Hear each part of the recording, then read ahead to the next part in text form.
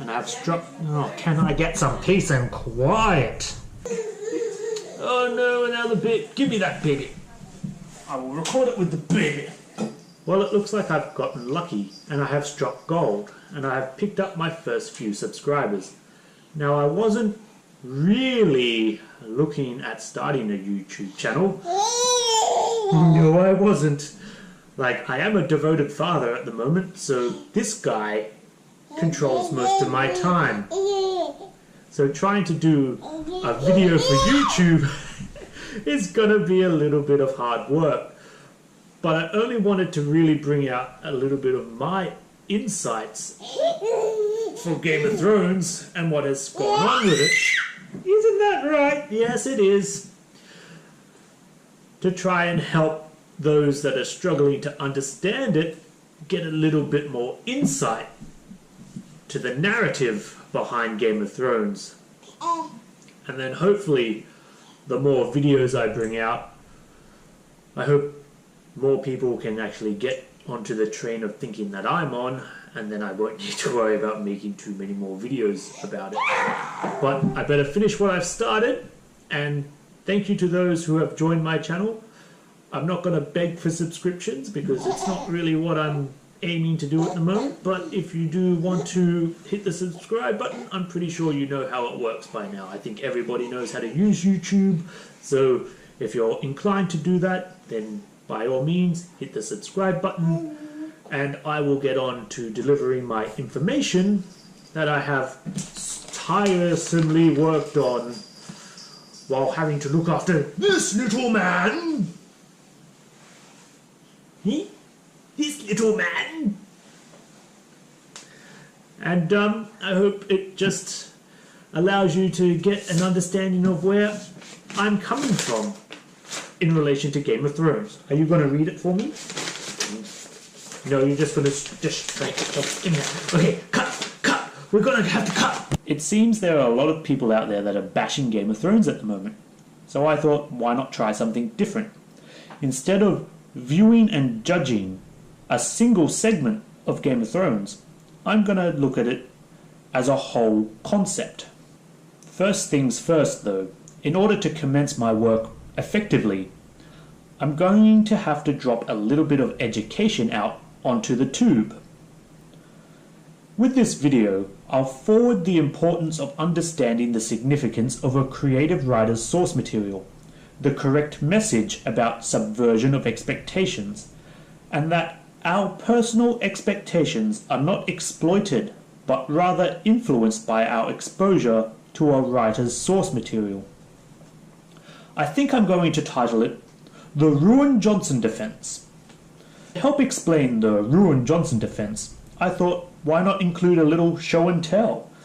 So let's see if I can smash the delusions of certain fans better than the Dothraki could the dead by playing a little game called the Game of Fruits. Take this bowl of juicy, colourful fruit. The fruit in the bowl are hypothetical fantasy genre source materials. If a writer has told us exactly what the source material is that they've created, only then can we reach into the bowl and pull out a whole fruit. A writer is likely to never do this though, so most of the time we are going to end up with fruit salad. A writer is never building a world around an audience's desires. Whenever you pick up a writer's work, you are only ever a visitor to the world that they have built. How far you decide to cut into that world will decide your greater understanding of it. Most of the time, it's only when the writer brings about the conclusion to their narrative that we, as an audience, will get an understanding of what fruits are being reassembled and which are being discarded. 'Cause yuck. This is why source materials like Star Wars and Game of Thrones have a certain feel about them at the moment, as they are currently in a state of reaching the conclusion to a narrative. It will feel a little off if you haven't pieced together any of the fruits by the time the narrative reaches this point of its life cycle. A creative writer is a creator.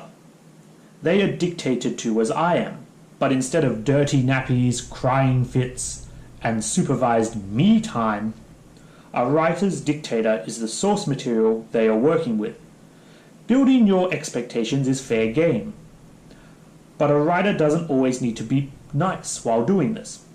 Their job is to provide materials that provokes thinking within their audience, so they can be cunning and deceive you at times as you journey through their world.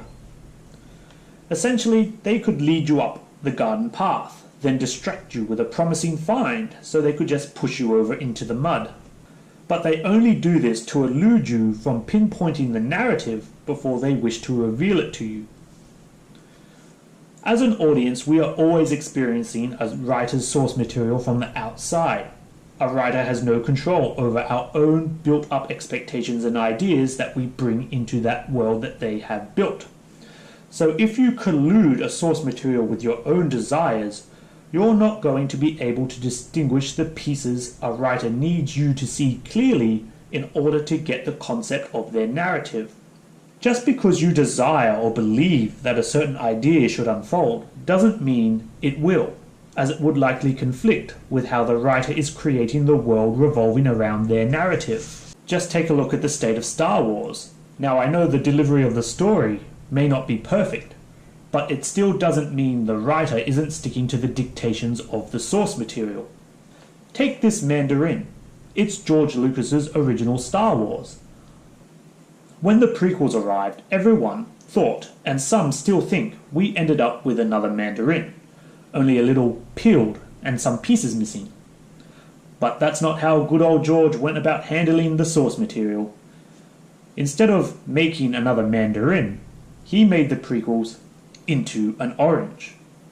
Different story, but keeping it within the same family, in this case citrus, or the literal name Skywalker. The prequels only bridge the necessary information over to the Mandarin in order to bring life to the Mandarin.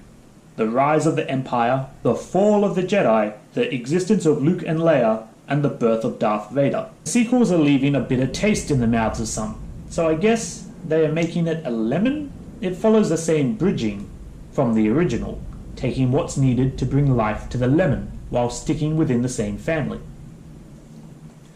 Game of Thrones, though, has remained a fruit salad. They have piled the pieces up for over 8 seasons to get to the stage of the long night. The show has not once told their audience exactly what fruit is going to be completely reassembled. But here is the kicker. When the Night King shattered, that was a sneaky metaphor from the creators. They did exactly that with their fruit salad, left it scattered on the ground, which quite literally leaves an actual game for die-hard fans to piece together. To truly work out Game of Thrones, you need to build an actual puzzle.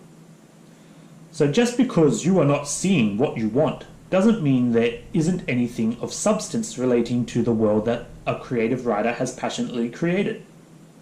You just need to stop coating things with your own and in some ways entitled expectations about things in order to see it. I'm sure HBO wouldn't have picked up Game of Thrones as a flagship series if it was to end or follow the same steps of Lord of the Rings. Nothing in Game of Thrones should be taken literal. It is all metaphoric and figurative. If you take that approach into Game of Thrones, you are likely to understand it more. You can't judge it based on one segment. You have to understand all of it. Just because a writer has lured you in doesn't make you the ruler of how they decide to plan, build, and tell the narrative of their source material. You're just someone who got caught by their brilliant trickery. You either take the time to reevaluate your understanding of events that led to the conclusion playing out the way it did, or you break the line and move on to another writer's work. But the cycle still stays the same. You're not always going to get what you want, and you're not entitled to receive it either. No matter how long you've stuck with something or claim to be a fan, creative writing is never about fulfilling a fan's expectations. It's about the journey a writer constructs to tell their narrative. Well, that's it for this video. I hope you have enjoyed it. I hope you have learned something about creative writing and how to handle source material, okay? You're not always going to get what you want when you're dealing with creative writing, okay? They're not building a world for everyone, okay? You're either gonna get what you want out of it or you're not. So either move on or just try to reevaluate your understanding of Game of Thrones, okay? It's not that hard to work out, but it is a little bit tricky if you don't have a stepping stone. So I'm gonna bring that to the audience later, but baby's gone crazy, so I'm just gonna finish off this video now, and I hope you've enjoyed it, and I hope you it's more entertaining, and I'll try to work on it next time. Okay, gotta go.